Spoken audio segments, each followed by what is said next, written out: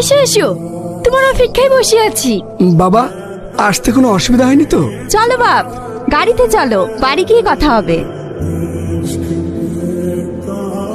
কিন্তু আমার ভাই। ছাড়ো তো সব ভাইটাই, তোমার মতন একজন বিরাট ফ্লোর ডাক্তার ওই টোটোতে গেলে মান সম্মান থাকবে? হাব্বু ঠিকই তো বলেছে, এসো গাড়িতে ওঠো। ওগো, আমরা এখানে দাঁড়িয়ে আছি আর শাইন ওদের সাথে চলে গেল যে। তোর একদম বুদ্ধি নেই, ও একজন ডাক্তার, আমাদের সাথে এই টোটোতে গেলে ওর মান সম্মান থাকবে বললো। চলো বাড়ি যাই। জামা গাছ দিচ্ছ, কোথাও যাবা নাকি? হ্যাঁ, বাড়ি যাব। বাড়ি যাবা মানে? মা, এই তো শাইন বাড়ি যাবো বলছে।